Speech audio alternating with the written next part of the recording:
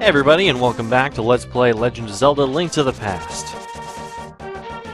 Today, I'm doing a little bit of sequence breaking. Not a heavy amounts or anything, nothing crazy.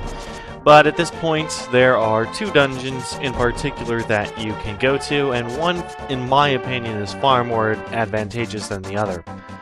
So what we're going to do is head out to Blind's Hideout before we head to the Skull Woods.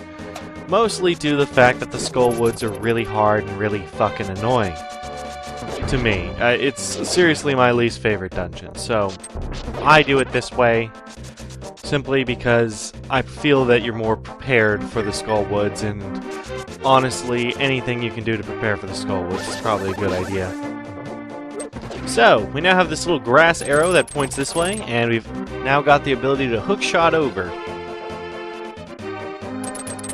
As you can see, you can, of course, stun enemies using the hookshot that did start in Link to the Past and continued through Ocarina other games.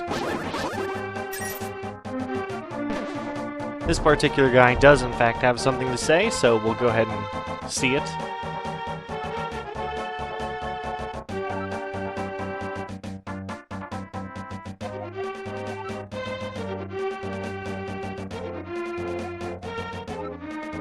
To be fair, the Triforce did the whole goddamn world a favor by creating a second copy of the world for him to rule over rather than, you know, the real world. Also, you'll see that little bush up there. If you remember, that was an entrance to the Fairy Shrine in the Light World. It's actually nothing but a bush. It's kind of funny, actually, because every time I hit it, I go, oh, that's disappointing.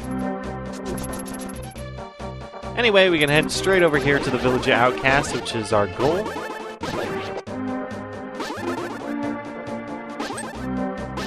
And of course, you can still knock projectiles out of the air using the laser sword, which is pretty sweet.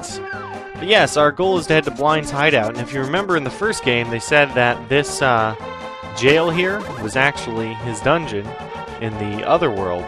Well, apparently he's headed here, and if you remember the hint previously, the gargoyle statue was where a girl could be heard crying. Well, that's where we're going. Again, you can actually head into this dungeon at any point once you've got the hookshot. Actually, I think you can actually do it before then, now that I think about it. Yeah, you can. I got the hookshot first because it's more fun, and I like the hookshot. But I was actually over here previously, and I could have gone in the dungeon then.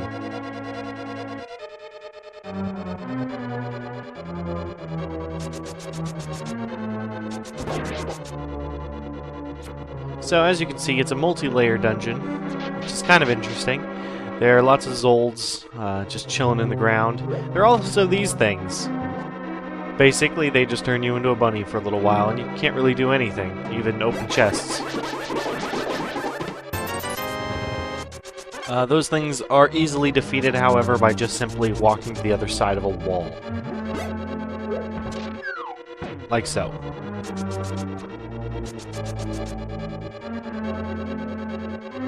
As you can see, there's lots of little pathways upstairs, and there's of course even sections that can be broken with the Pegasus boots, a couple bomb locations. All of those are going to be pretty damn necessary, simply due to the fact that otherwise you won't be able to traverse this area, and the only way to get out is by having the big key. So really, this whole section should provide you the big key, the compass, blah blah, everything. Anyway, we're heading upstairs to go to the Pegasus boot breakable location.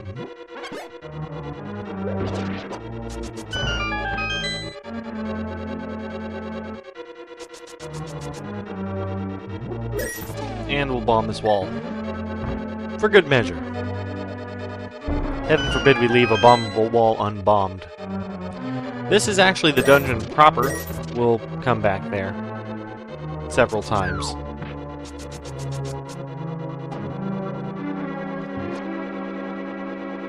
Now, several parts of this dungeon sort of require your, they rely on your memory, really.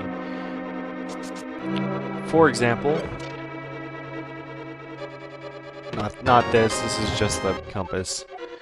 1 second. This piece over here kind of relies on you remembering that you can actually head this way, and of course, this is where they keep the big key. Not really tricky or anything, but it's not even a great hiding place, so... But it is certainly there.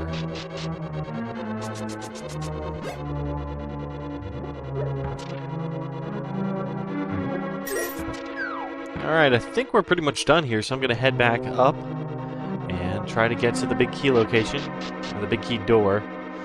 Probably stop saying location. Booyah, full life. Alright, so once we're through the big key door, everything's back to basically a normal dungeon.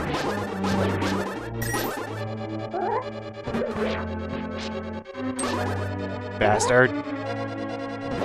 Hate you, Red Stalfos. And there's our key we need.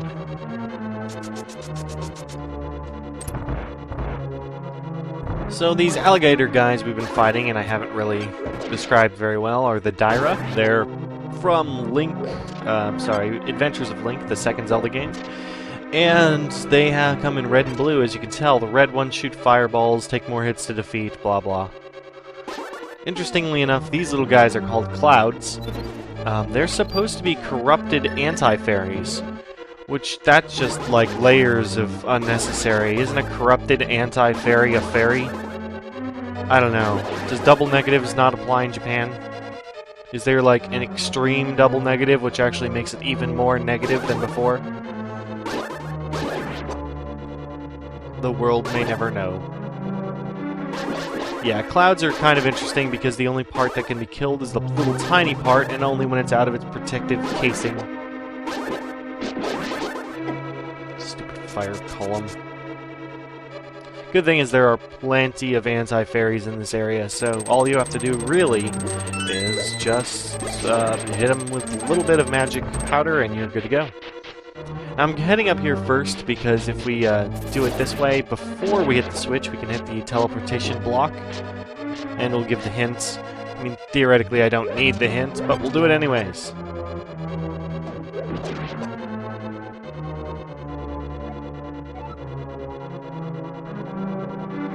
It's not really a great hint, even. Basically just telling us to beware of Blind the Thief's magic. What that means, of course, not really detailed out. Thanks, Zelda. Get a little bit more specific. I don't know if those blocks have like a 64-character limit. Telepathic text messaging. Oh god.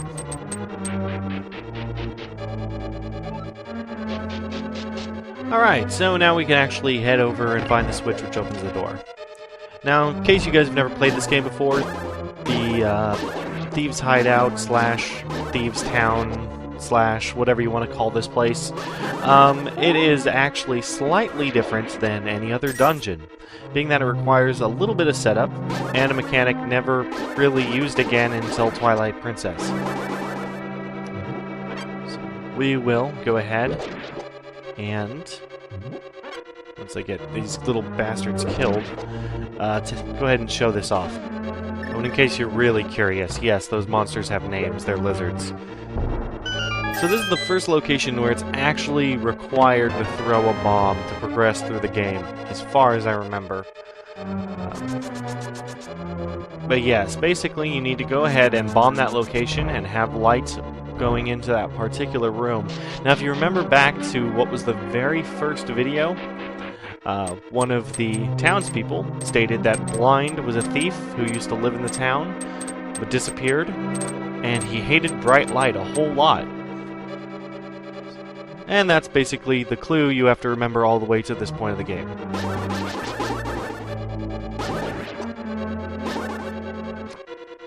Kind of interesting that they did that, though. I mean, it's a very non-Nintendo thing to do. Well, maybe not.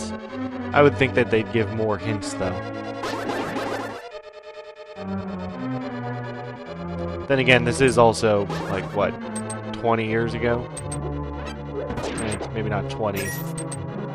Maybe. About 20. I don't know. I'm not going to look it up. I'm too lazy. Alright, here's the other side of that room. So we've now explored it from all possible vantage points. Yay! Thoroughness. And here we are in the sublevels. the sub-levels. Oh, you bastard. Really, this dungeon actually is pretty fast. That's why I like to do it. It gets it out of the way really quickly, and honestly, the upgrade it has in here is one of the most required upgrades I've ever seen. Even over the hook shot, like, I always want to get this thing first. Where we need to go, by the way, is all the way over to the left, but we can't yet. We're missing a key. The way to do so is to head through this series of gates. My god, that's a lot of gates. And in that chest in the back is a key.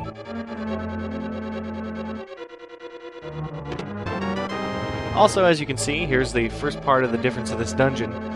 The lady you've got to rescue is actually not inside a crystal, and you just need to escort her outside.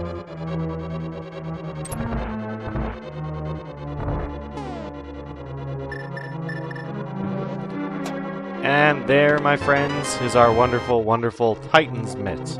Titan's Mitt can lift those dark stones I've been having such a huge, huge problem with previously. Which means that it's very, very fantastic because we can very soon rescue the smithy and upgrade our sword. Which is really all I want before we head into the stupid fucking Skull Woods.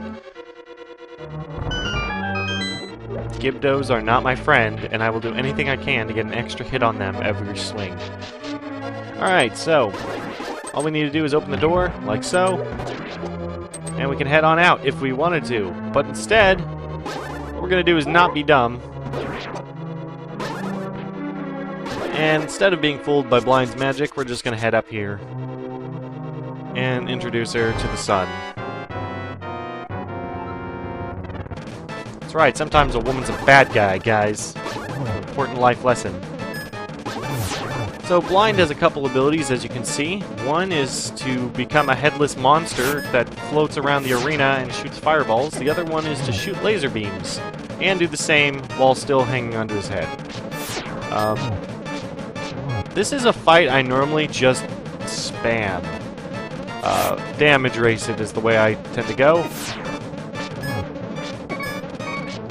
Oh god.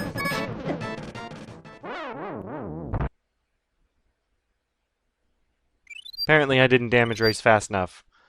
Well, there's a fairy reviving link. Oh, you bitch, I'd even got the last hit in.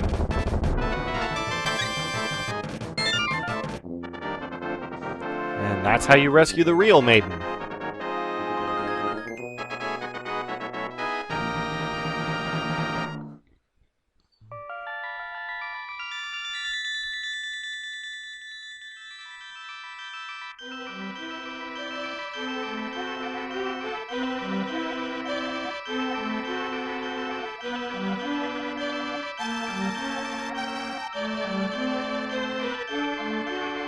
So remember, this is going to be slightly out of sync because the next video is actually going to be a maiden who talks about the Knights of Hyrule.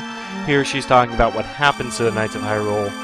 It's a little out of order because, you know, we haven't properly introduced who the hell they are. Whatever, I don't really care.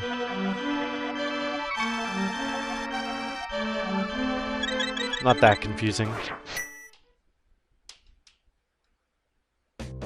Alright, so we now have the Titan's Mitt, which means we can head down here directly south of the village to rescue our good friend Kuroki Kuropi. As you can see, the little dark stones now pose no threat to our heavy, heavy mitts. And this guy's actually the smith, the missing dwarven smith, the only two dwarves ever to exist in Zelda. You can also lift up the heavy big rocks, which is great, because now no barrier can stop us.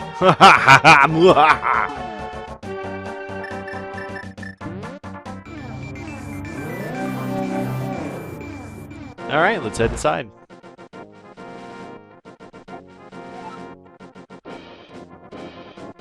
They are very happy now. Alright, so as you can see, they do say we need to drop by again. If you try talking to them, they just say thank you in unison.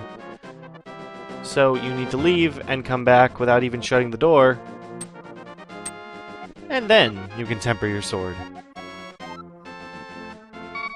For the low, low price of 10 rupees. Which doesn't even make sense, really, and why would they even bother to charge you? But whatever. That's fine. Take it. So this is going to upgrade us to the level 3 sword, but unfortunately right now we don't have one. Which means if we dash around and hit something, we actually get hurt, and we have to deal with not having a sword for a little while. But in the meantime, there's something very convenient for us to do right here. And of course, we'll have our surrogate weapon.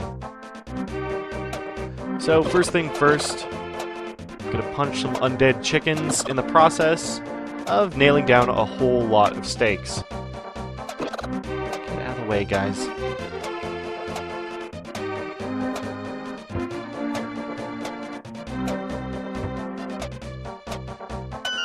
Doing so reveals that the stump was not a stump at all, but really hiding some secret stairs and a piece of hearts.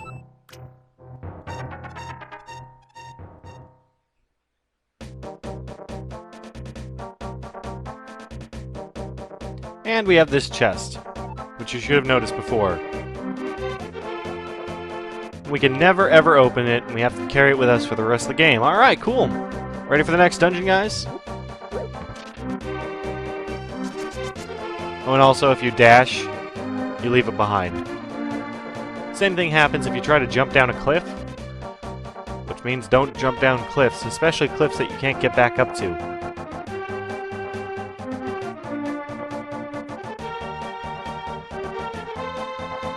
Can go down ladders, though, so there's that.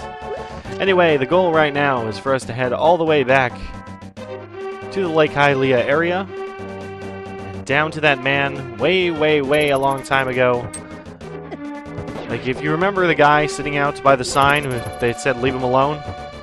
Well, it was also hinted that that man is a thief in one of the other previous videos. I believe it was the one... It was probably the first one again, actually. My god, we did a lot in that first video.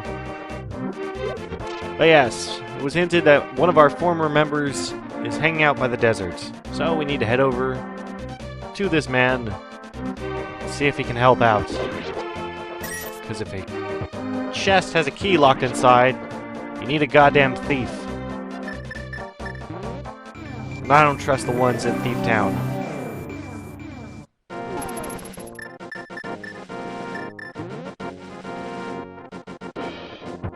Oh, you bastard. Oh, that was interesting.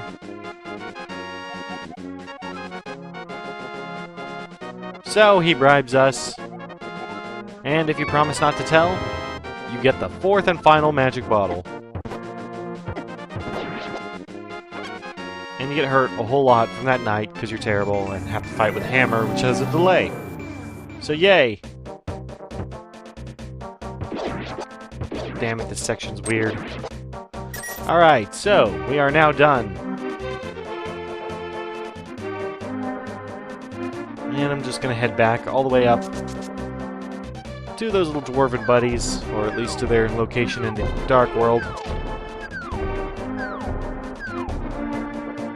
Gotta be very careful doing so, because I can't even dash through these guys.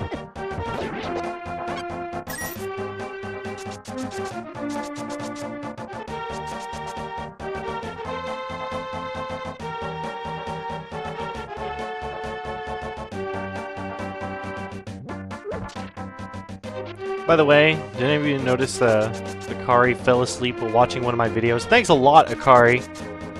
You shouldn't watch them at 2 a.m. But from now on, I'm thinking I may just play the flute every 5 minutes just to keep you awake, you bastard. Alright, so here we go. That trip is just long enough for them to temper our sword, which means we can head inside and get it back. Alright, now hold it up. Da-da-da-da! There we go, we have the Tempered Sword. It's now red, and does 3 hits instead of 2. pretty damn impressive weapon if I do say so myself, and I do. Alright guys, so that's pretty much it for this video. Next video, we will head into the Skull Woods and I'll hate my life. See you then!